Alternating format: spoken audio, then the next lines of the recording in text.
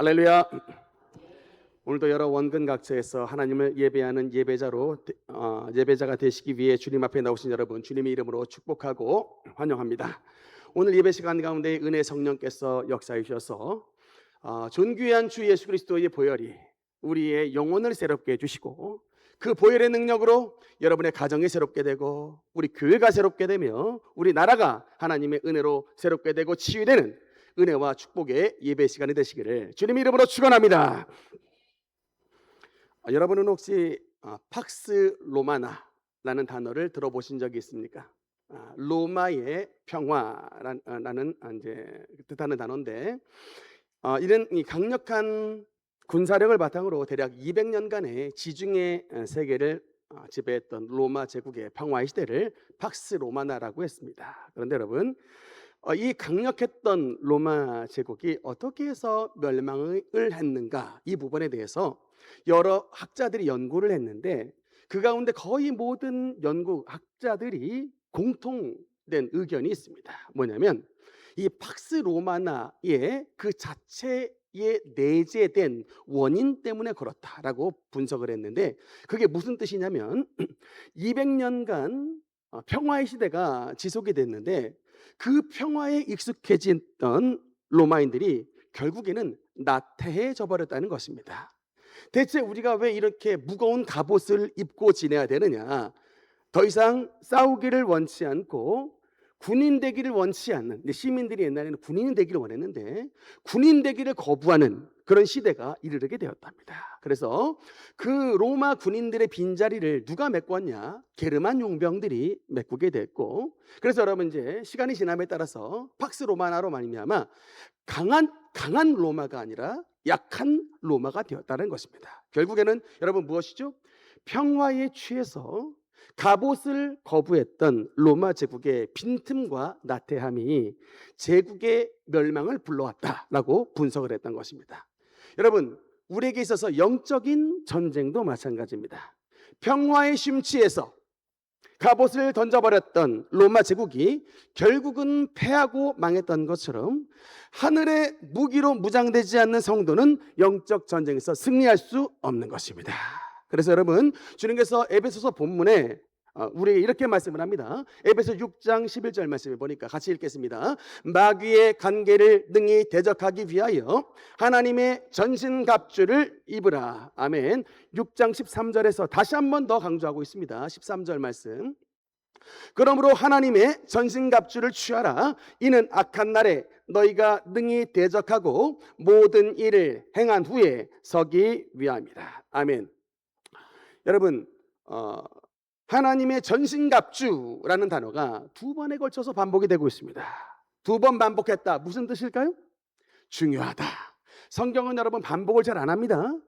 되도록이면 간단하게 말씀을 하는데, 그럼에도 불구하고 두 번에 걸쳐서 11절에서 하나님의 전신갑주를 입으라, 13절에서 하나님의 전신갑주를 취하라 라고 말씀하시는 것은, 우리가 하나님의 전신갑주를 입을 때에야 비로소 영적인 전쟁에서 승리할 수 있다라고 주님은 말씀하시고 있는 것입니다. 그래서 여러분, 우리가 지난 시간에 서론격으로 하나님의 전신갑주가 무엇인지 이 부분에 대해서 나눴는데, 하나님의 전신갑주란 하나님께서 성도들에게 입혀주시는 하늘의 갑옷으로서, 우리가 세상의 옷을 벗고 또 우리가 입었던 교만의 가짜의 갑옷과 수치를 가렸던 가짜 갑옷을 벗어냈을 때에 하나님이 입혀주시는 성령의 갑옷, 성령의 새 옷이 바로 하나님의 전신갑주였다.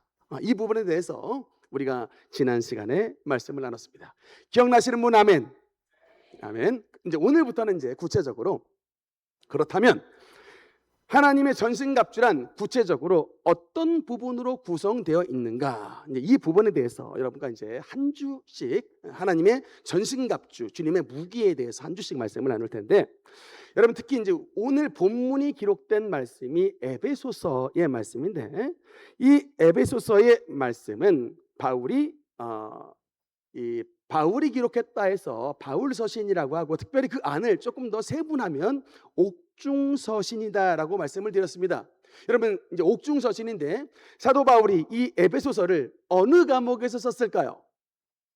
에베소서를 로마 과목에서 썼습니다. 그래서 여러분, 바울이 거기 매일 보는 사람들이 누구냐? 바로 이 사람들입니다. 네, 로마 군인들입니다. 이런 모습을 한 로마 군인들을 바울이 로마 감옥 안에 갇히면서 매일마다 보는 거예요. 이렇게 갑옷을 입고 완전 무장한 로마 군인들을 보면서 우리가 입어야 되는 하늘의 갑옷, 하나님의 전신갑주가 무엇인가? 성령의 영감을 받아서 기록한 말씀이 바로 오늘 본문의 말씀인데, 그 하나님의 전신갑주 첫 번째 무기가 무엇이냐? 에베소 6장 14절 상반부 한번 같이 읽겠습니다. 시작. 그런즉 서서 진리로 너희 허리띠를 띠고. 아멘. 하나님의 전신갑주 첫 번째 무기가 뭐다? 따라합시다. 진리의 허리띠. 또박또박 진리의 허리띠. 아멘. 여러분, 사진에 보면은 이 로마 병사들이 착용한 허리띠가 나옵니다. 칼집이 보이죠? 칼집이 여러분 어디에 걸려 있습니까? 허리띠에 걸려 있습니다. 여러분, 지금 우리나라 군인들이 입는 그 군복을 봐도요, 군인들이 전투에 반드시 필요한 것들이 있는데, 총알이 들어있는 탄창, 물이 들어있는 수통, 또 화생방사능 가운데 자신을 가릴 수 있는 방독면, 그리고 진지 구축을 위해 필요한 야삭. 여러분, 이 모든 장비들이 어디에 걸리는 줄 아십니까? 허리띠에 걸리는 거예요. 그런데 여러분, 만약에 군인이 있는데 군인이 허리가 부실하다, 어떻게 될까요?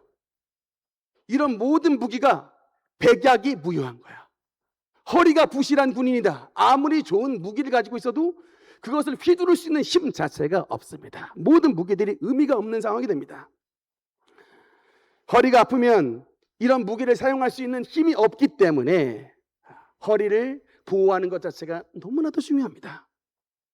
아직까지는 제가 크게 허리를 다친 경험이 없어서 이 허리 통증이라고 하는 것이 어떤 것인가를 잘 모르고 지냈는데, 그러다가 간접적으로 이 허리의 중요성을 체험했던 적이 있습니다.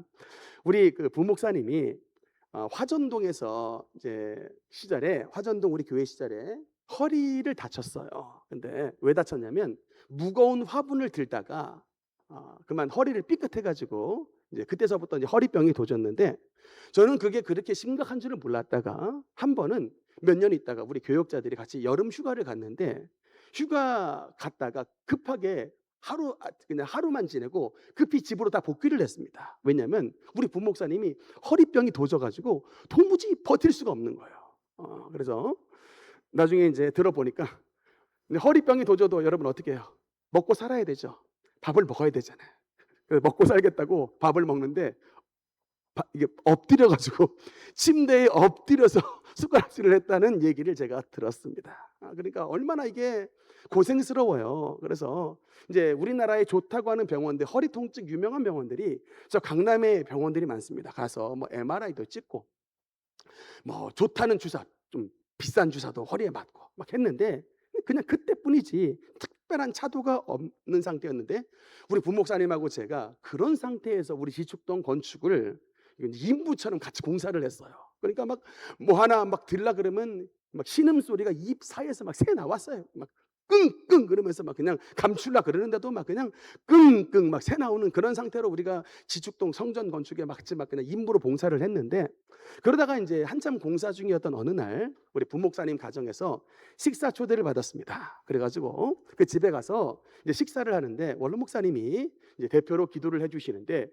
그냥 여느 때와는 달리 제가 눈을 감았는데 식탁에서 환상이 보였어요. 야, 그래서 그러니까 여러분, 환상이 보였다는 의미는 뭐냐면 우리의 식탁 가운데에 하나님이 임하셨다는 것입니다. 여러분, 하여튼 식사하실 때 기도 좀 그냥 너무 프리패스로 쉽게 하지 말고 조금 간절하게 좀 해보시라고. 그 식탁에 하나님의 은혜가 임해서 환상이 보이는데, 하나님이 우리 부목사님의 허리 부분에다가 주사를 쫙 놔주시는 거예요. 그게 너무나도 컬러풀하게 보이는 거야. 그래서 제가 식사를 끝내고 나서 바로 선포했습니다. 부목사님, 제가 식사 도중에 하나님께서 환상을 보여주신 대로 말씀을 드렸는데, 하나님께서 부목사님의 허리에 하나님의 주사를 놔줬습니다 라고 선포를 했는데, 부목사님이 그 자리에서 벌떡 일어나가지고 땅바닥에 누웠어요. 네, 그래서 제가 듣기로 디스크 환자는 다리가 15도 이상 안 올라간대요. 그래서 디스크 환자, 이게 다리가 안 올라가는 게 디스크 환자인데, 우리 부목사님이 디스크 판정을 받고 있었는데 갑자기 선포하고 나서 이제 다리를 올리는데 본인도 모르게 90도로 올라가 버리게 훅. 너무 놀래가지고 그냥 막 올라가 막. 그냥 우리 부목사님이 눈이 별로 안 큰데 제가 그때 난생 처음 가장 큰 눈을 보았습니다. 얼마나 놀랬던지. 그래서 사실은 제가 더 놀랐어요. 왜냐하면 우리가 통상 치료를 받을 때는 뭐 주의 종이 가서 안수기도를 한다던가 뭐 이렇게 해야 치료받는다고 생각을 했는데, 그 식탁의 자리에서 하나님이 임하시니까 정말 뭐 강남에 있는 유명한 병원들 가서 다 치료를 받아도 안 됐던 게 하나님의 터치, 주님의 만지심 한 방으로 그 허리 통증을 낫게 만들어 주시더라고요. 얼마나 쌩쌩하게 그 위에 같이 건축을 했나 모릅니다. 할렐루야. 여러분, 하나님은 누구시냐? 바로 주님께서 우리를 일으켜 주시는 분이십니다. 그래서 여러분 6장 14절 본문 말씀에 보면 이 말씀이 이렇게 강조되고 있습니다. 그런즉 서서 진리로 너희 허리띠를 띠고. 여러분, 서라고 말씀했습니다. Stand firm. 강력하게 서라고 말씀합니다. 서서 진리의 허리띠를 띠라. 여러분, 주님은 누구십니까?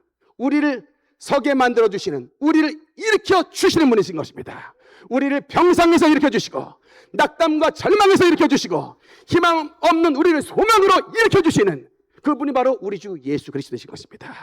여러분, 그래서 베드로와 요한이 미문가에 앉은 뱅이를 앞을 지나갈 때에 은과 금은 내게 없거니와 내게 있는 이것으로 내게 주노니 곧 나사렛 예수 그리스도의 이름으로 일어나 걸으라 했을 때에, 여러분 사도행전 말씀해 보니까 어떤 역사가 나타났느냐? 뛰어 서서 걸으며 그들과 함께 성전에 들어가 걷기도 하고 뛰기도 하며 하나님을 찬송했다. 하나님의 역사가 뭐예요? 우리를 전신갑주를 입혀주시기 전에 전신갑주를 입을 수 있는 하나님의 능력 있는 사람으로 일어서게 만들어 주신 것입니다. 안진뱅이 같은 질병의 자리에서, 절망의 자리에서, 낙담의 자리에서, 희망 없는 자리에서 하나님의 능력을 일으켜 주셔서 하나님의 능력으로 싸울 수 있는, 하나님의 능력 있는 사람으로 만들어 주시는 것입니다. 오늘 우리의 예배 시간이 바로 서서 진리의 허리띠를 뜰 수 있는 하나님의 능력이 부어지는 예배 시간이 되시기를 주님의 이름으로 축원합니다. 그러면서 여러분, 주님께서 우리에게 다시 한번 말씀을 하십니다. 본문 6장 14절 말씀 상반부, 14절 상반부 다시 한번 14절 한 번 더 읽겠습니다. 시작. 그런즉 서서 진리로 너희 허리띠를 띠고. 이번에 방조할 파트는 아까는 서서였는데 두 번째는 허리띠를 띠고에 대한 파트입니다. 진리로 허리띠를 띠어라. 여러분, 로마 병사가 입은 전신갑주 옷 다시 한번 잠깐 볼까요? 여러분, 이 부분을 조금 자세히 보면 로마 병사들이 입은 옷이 보이는데 그 아래 바지 쪽에 보면 흰 옷이 보이죠? 흰색 옷이, 여러분 이게 뭐냐면 로마 병사들이 입었던 튜닉이라고 하는 옷입니다. 여러분, 이게 로마 병사들은 우리나라 군복처럼 바지를 입은 게 아니라 튜닉이라고 하는 통옷을 입었는데 이게 보자기 같은 옷이에요. 이 보자기 같은 통옷에 목에 구멍을 내고 팔에다 구멍을 내가지고 통으로 입었던 옷입니다. 그래서 이제 이렇게 튜닉을 입으면 여러분 문제가 뭘까요? 통옷이다 보니까 가만히 두면은 펄럭거려가지고 거추장스러워서 전투에 나갈 수가 없어요. 어떻게 해야 됩니까? 가장 중요한 게 이 펄럭거리는 옷을, 이 거추장스러운 옷을 단단하게 고정시키도록 잡아주는 역할이 바로 허리띠의 역할이었던 것입니다. 여러분, 최근에 영화가 있는데 크리스토퍼 놀란 유명한 그 감독이 만든 오디세이라고 하는 영화가 있죠. 극장에 성황리에 방영이 되고 있다고 하니 이게 여러분 트로이 전쟁에 대한 이야기잖아요. 그게 그 신약 성경 사도행전에 보면 드로아라고 하는 지역이 바로 트로이입니다. 그래서 이 오디세이가 트로이 전쟁을 마치고 고향으로 돌아가는 이야기가 고전의 일리아드 오디세이 고전에 나와 있는데, 그것을 이제 바탕으로 만들어진 이 이야기가 바로 오디세이 영화인데, 그 오디세이 영화 속에서 유명한 사이렌의 유혹의 장면이 나온다고 합니다. 제가 그림을 갖고 왔는데 여러분, 바로 저 장면이죠. 이제 이 오디세이가 근데 이게 사이렌의 유혹을 받으면 그 노래 소리를 들었던 모든 배의 선원들이 다 배가 파선을 하고 마는데 오디세이가 지혜를 발휘를 한 거예요. 어떻게 하면 저 사이렌의 소리를 듣고도 우리 배가 파손하지 않고 이 바다를 건너갈 수가 있는가를 고민을 하다가 어떻게 이 지혜를 발휘했냐면 큰 기둥에다가 자신을 묶어버립니다. 자신을 묶어버리고 아무리 발버둥 쳐도 풀려지 않는 굳건한 기둥에다가 자신을 묶어버려서 이 사이렌의 유혹 소리에도 배가 파손되지 않고 이 바다를 건너갔다. 여러분, 이게 바로 오디세이 속에 들어있는 이 이제 지혜를 말씀을 하는데, 무엇을 강조하냐면 우리 삶을 지탱해주는 이 영적인 벨트, 영적인 묶어야 되는 그 진리가 바로 예수 그리스도의 진리라고 말씀하고 있습니다. 요한복음 14장 6절 말씀 우리 한번 같이 읽겠습니다. 시작. 예수께서 이르시되 내가 곧 길이요 진리요 생명이니 나로 말미암지 않고는 아버지께로 올 자가 없느니라. 아멘. 우리 사랑하는 젊은 성도 여러분, 요새 젊은이 성도님들 많은데 대학에서도 그렇고 친구 만나도 그렇고 얼마나 여러분 세상 유혹 많습니까? 제가 예전에 지금 지축동 시대에는 그런 사업을 안 하는데 화전동 초반부만 해도요 제가 사업을 했었습니다. 강아지 간식 장사를 했었거든요. 근데 우리 최고의 고객이 누구였냐면 저 합정역에 있는 애견 카페 바우하우스라고 하는, 지금도 있는지 모르겠습니다, 최대 고객이어서 제가 그 물건을 납품할 적마다 홍대와 합정역을 한 달에 한 번 이상은 꼭 갔어요. 밤에 갔죠. 그러니까 저는 그 홍대와 합정역을 지나가면서 오늘날의 대한민국에 있는 젊은이들이 어떻게 노는지를 제 눈으로 똑똑히 봤습니다. 밤에 보면 그렇게 예쁘고 잘생긴 젊은이들이 그 좋은 젊음을 우리 하나님께 드리면 좋겠건만 너무나도 안타깝게도 그 주변에 클럽들이 많아요. 밤새 춤추고 그 밤새 춤추면서 퍼마셨던 술 때문에 이 길거리들이 그냥 막 토한 온물들로 막 그렇게 덮여있는 모습을 보면 제가 정말 참 안타까웠습니다. 이 젊은이들이 이것을 자유라고 생각을 하면서 하는데 이것이 과연 자유라는 것이죠. 이 젊은이들이 술독에 빠지고 음란에 빠지고 온갖 죄악에 빠지고 요새는 마약에 빠진 이것이 정말 이들이 꿈꿨던 자유가 맞는가 하는 거예요. 정말 이런 모습을 살기를 원해서 대학에 갔고 이런 모습을 꿈꾸며 젊은이가 되는 거예요.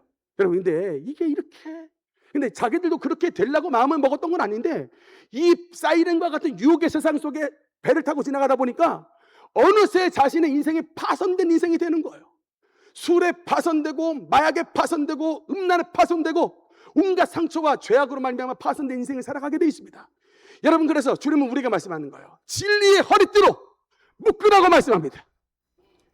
이 너펄거리는 펄럭거리는 세상 속에 방임하지 말고 주님 예수 그리스도의 진리의 허리띠로 묶어서 이 세상의 휘둘림에 휩싸이는 자가 되지 말라고 주님은 말씀하시고 있는 것입니다. 특별히 여러분, 주님께서 우리 삶 가운데에 예수님께 진리의 허리띠로 묶는다라고 하는 것은 무엇을 의미하느냐? 이 풍랑이는 상황 가운데서도 예수님을 나의 삶의 유일한 피난처로 삼는다. 여러분, 허리띠는, 허리는 힘을 상징해요. 예수님을 나의 유일한, 풍랑이는 바닷속에서도 예수님을 나의 유일한 힘, 예수님을 나의 유일한 능력으로 삼겠다라고 하는 의지적 결단이 여러분 진리의 허리띠를 매는 것입니다.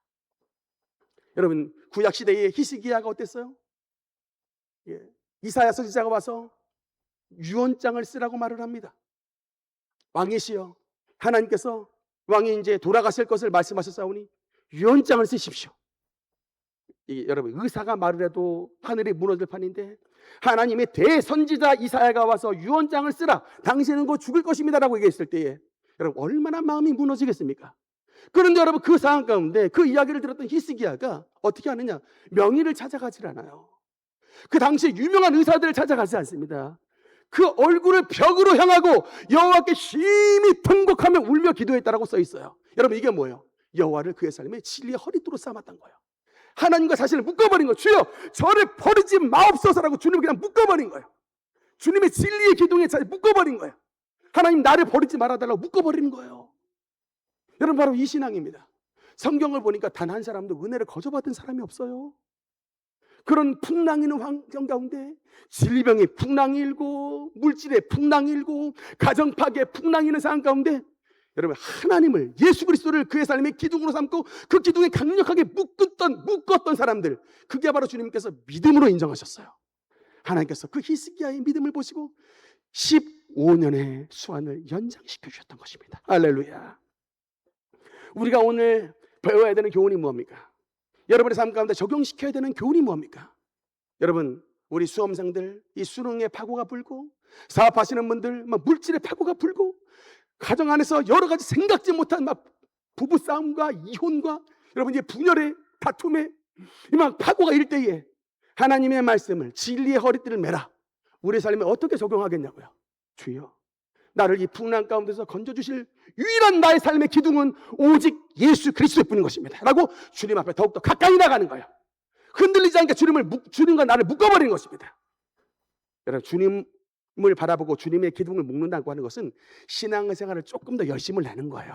옛날에는 주일 성수의 신앙이었다면 이제는 좀 새벽 기도도 드리고 수예배도 나오고 금요일날 기도하고 여리고 기도하면 주님 앞에 나와서 한 번이라도 더 주님 앞에 가까이 나가 주님의 능력으로 나를 묶으려고 하는 여러분 의지적인 결단이, 여러분 이것이 바로 진리의 허리띠로 여러분을 묶는 것입니다. 할렐루야.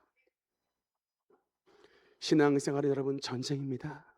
그러니까 주님께서 우리에게 전신갑주를 입으라고 하죠. 풀 아머라고 말했잖아요. 전신을 다 방비를 해야 마귀에게 틈을 주지 않는 것입니다.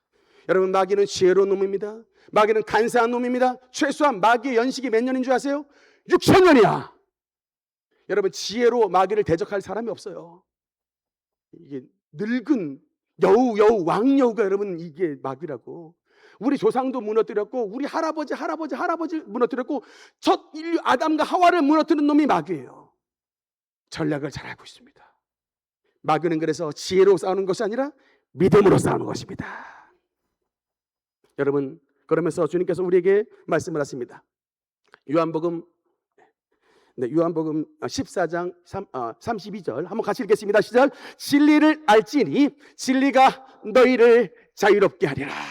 여러분, 진리가 우리를 자유롭게 하는데 우리가 예수 그리스도의 진리에 예수님이 어떤 부분에 있어서 진리인 것을 가르쳐 주시는 것이 바로 하나님의 성경 말씀입니다. 디모데후서 3장 16절 말씀 한번 같이 읽겠습니다. 시작. 모든 성경은 하나님의 감동으로 된 것으로 교훈과 책망과 바르게 함과 의로 교육하기에 유익하니 이는 하나님의 사람으로 온전하게 하며 모든 선한 일을 행할 능력을 갖추게 하려 함이라. 아멘. 하나님의 감동으로 쓰여주신 이 주님의 이 성경 말씀이 뭐라고요? 우리의 삶에 진리가 되어 주신다. 여러분의 삶을 풍랑이는 바닷속에서도 빠뜨려뜨리지 않는 하나님의 강력한 은혜의 기둥, 진리의 기둥이 바로 하나님의 성경 말씀이라고 우리에게 말씀해 주고 있는 것입니다. 여러분, 우리 대학생들, 특별히 여학생들이 대학교에 들어가게 되면 요새 여성 인권 운동을 합니다. 여성 인권 운동을 하는데 이 요새에 행해지는 여성 인권 운동이 굉장히 왜곡된 여성 인권 운동이라 이 여성 인권 운동에 여러분 오늘날 우리나라의 최대 화두가 뭔지 아세요? 낙태의 자유예요. 낙태의 자유를 달라고 하는 것이 여러분 오늘날 페미니즘의 가장 최고의 화두야. 왜냐하면 자유야.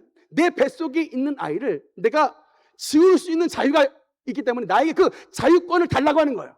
이게 페미니즘 운동인데 여러분 근데 이 페미니즘의 운동이 잘못됐다는 것을 여러분 우리가 무엇으로 증명할 수 있을까요?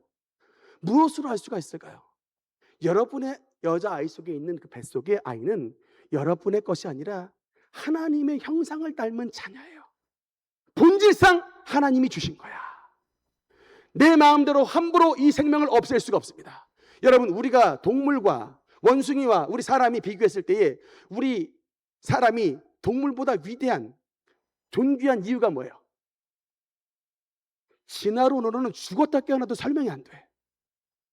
아메바나 진화론에 의하면 아메바나 뭐 새나 동물이나 사람이나 다 진화된 존재이기 때문에 이것이 특별히 우월하다고 말할 수 있는 설명할 수 있는 방법이 없어. 진화론은 절대 설명 불가야. 여러분, 그래서 이 옛날 히틀러 시대에 진화론과 우생학이 붙여가지고요, 이 장애인들하고 막 유대인들을 다 막 학살해버렸던, 없애버렸던 일들이 실질적으로 존재하잖아요. 매우 매우 무서운 여러분 학문이야. 근데 여러분, 우리가 비록 연약한 사람이랄지라도 함부로 생명을 해하지 않습니다. 왜 그래요? 그 생명이 하나님의 형상으로부터 지음받은 생명의 수요가 하나님으로부터 부여받은, 우리 인간의 인권이 하나님으로부터 부여받은 전부 인권이기 때문에 귀한 것이에요. 성경 말씀 아니고선 설명이 불가합니다. 그래서 여러분, 성경 말씀에 무장된 자녀들은 이렇게 쉽게 공산주의 사상, 쉽게 페미니즘 사상에 대학 가서 쉽게 물들질 않아. 여러분, 근데 걔네들이 굉장히 기묘하게 얘기를 해요. 여러분, 기묘하게 얘기를 한다고. 그래서 하나님의 말씀으로 여러분이 강력하게 묻고 있어야 이 죄악에 넘어지지 않지, 무방비된 채로 나갔다가는 여러분 사이렌 유혹 소리에 파손된 그런 수많은 사람들처럼 극골당하기 너무나도 쉽다고 하는 것입니다. 제가 여러분 대학 시절에 제 별명이 성경을 손에 든 괴짜 법대생이었는데, 원래 우리 법대생들은 다 이게 소법전을 끼고 다니는데, 저는 소법전을 끼고 다니는 것이 아니라 성경을 들고 다녔어요. 그래서 쟤는 도대체 왜 법대를 왔냐고 여러 학생들이 수군수군 됐던 이야기, 그 소리가 아직도 기억이 나는데, 네, 여러분, 제가 그 시절에 성경을 들고 다니면서 참 하나님의 많은 보호하심을 받았습니다. 여러분, 한번 성경을 들고 한번 가보세요.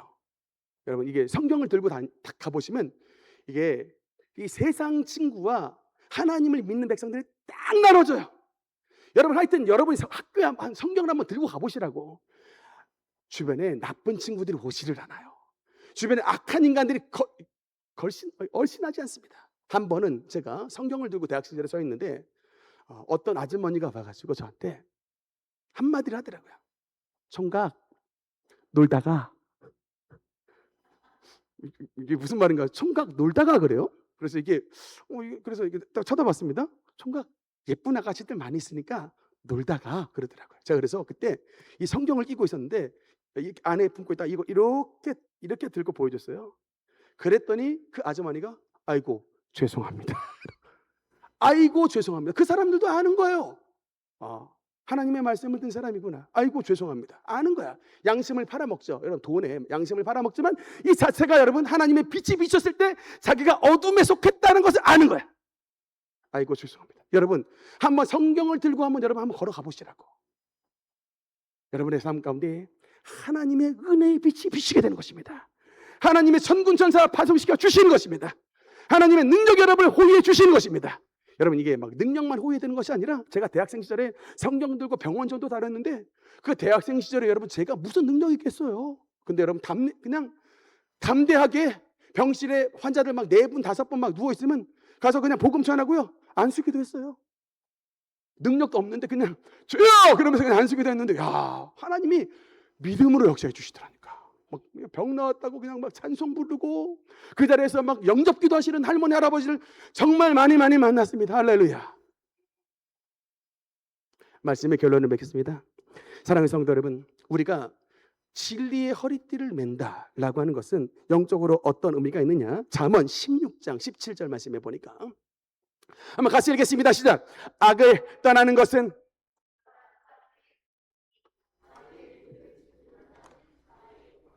보존하느니라. 아멘. 여러분, 우리가 진리의 허리띠를 맨 사람으로서 우리는 어떻게 살아가야 되느냐?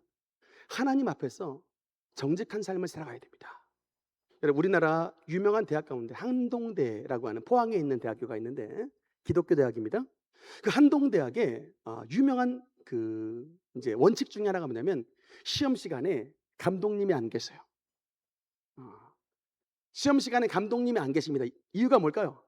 하나님 앞에서 코람데오 정직하게 하나님 앞에서 시험 치르라 라고. 여러분, 한동대는 감독이 없습니다. 시험 때. 그렇게 하나님 앞에서 정직하게 살아가기로 애썼던 그런 사람들이, 정말 이 나라의 그 졸업생들이 정말 여러분 이 요지에 배치를 받는 것을 보면서, 과연 하나님께서 정직한 사람들에게, 정직한 사람에게 뭘 열어주신다?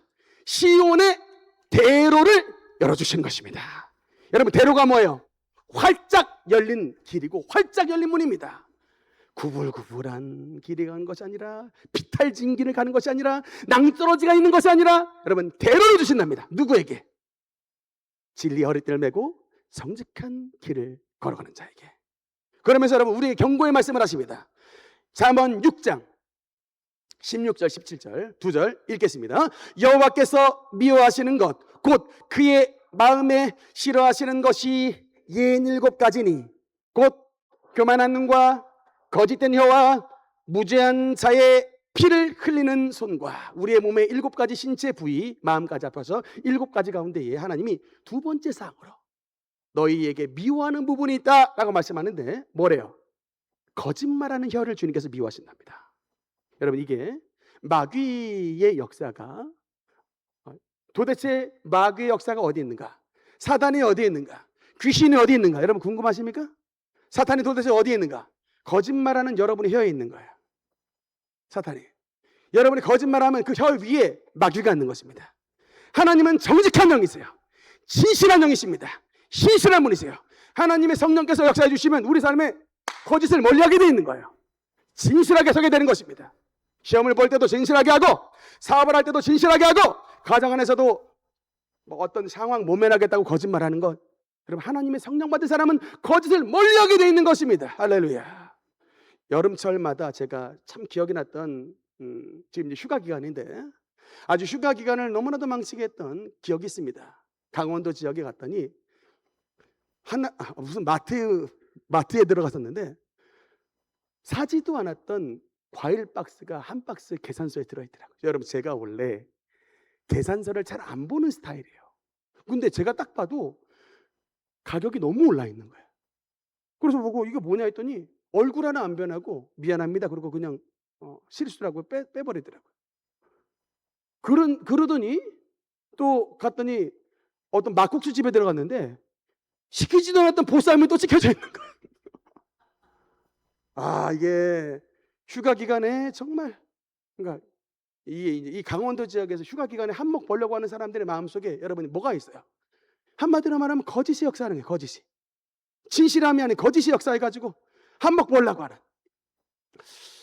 그렇게 해가지고 하나님 앞에 11조를 낸다면 우리 주님께서 그 11조를 기쁘게 받으실 것인가? 주님께서 분명히 말했습니다. 상기의 번 돈과 개 같은 자의 소득은 어떤 소원을 했든지 내게 가까이 오지 말라. 가까이 하지 말랐어요. 회개하고 진실한 헌금을 드리라는 거예요. 작게 드려도 진실하게.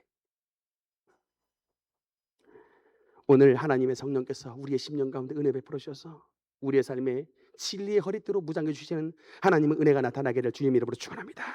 지난날에 우리가 거짓된 삶을 살았다면 주여 하나님의 성령께서 내 마음 가운데 진실의 영으로 역사해 주시사 지난날에 우리의 거짓됐던 거짓말했던 습관들 거짓된 행동들 하나님의 성령의 불로 태워주시고 하나님의 사람으로 새롭게 일어설 수 있는 주님의 은혜가 임하게 하여 주시옵소서. 하나님의 능력으로 무장하는 우리 모든 성도가 되시기를 주님의 이름으로 축원합니다. 기도하시겠습니다.